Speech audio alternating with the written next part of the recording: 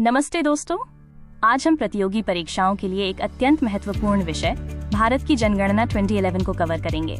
चाहे आप SSC, SSC, banking या रेलवे की तैयारी कर रहे हों, ये मास्टर ब्लूप्रिंट आपके संपूर्ण वनडे रिवीजन के लिए काफी है। चलिए शुरू करते हैं। सबसे पहले इतिहास पर एक नजर डालते हैं।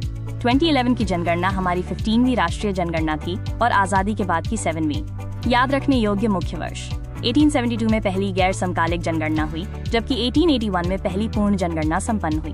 2011 की खास बात ये थी कि इसमें बायोमेट्रिक और डिजिटल तरीकों का प्रयोग किया गया और एनपीआर लिंकिंग शुरू हुई। इसका संचालन कौन करता है? जनगणना का नोडल मंत्रालय गृह मंत्रालय है। ये जनगणना अधिनियम 1948 के आधार पर संचालित होती है।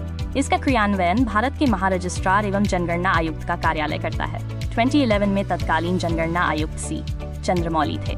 अब मुख्य आंकड़ों पर आते हैं। 2011 में भारत की कुल जनसंख्या 121.08 करोड़ थी। हमारी दशकीय वृद्धि दर 17.64% रही, जो 2001 की तुलना में कम हुई है। साथ ही भारत की 31.16% जनसंख्या अब शहरों में निवास करती है।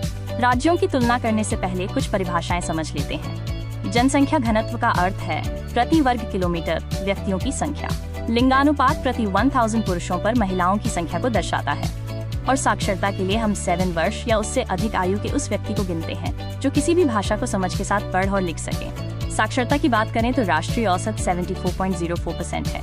इसमें पुरुषों की साक्षरता 82.14% और महिलाओं की 65.46% है। राज्यों में केरल सर्वाधिक साक्षर राज्य है और बिहार न्यूनतम साक्षरता वाला राज्य है।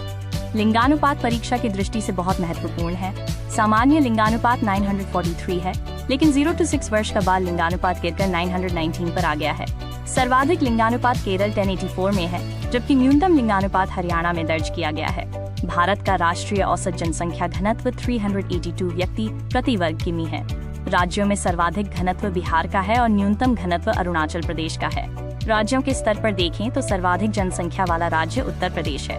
वहीं दूसरी ओर सिक्किम भारत का न्यूनतम जनसंख्या वाला राज्य है। क्रम आधारित प्रश्नों के लिए इन टॉप 5 राज्यों को याद रखें। पहले स्थान पर उत्तर प्रदेश है, उसके बाद महाराष्ट्र, फिर बिहार, चौथे पर पश्चिम बंगाल और 5वें स्थान पर मध्य प्रदेश आता है।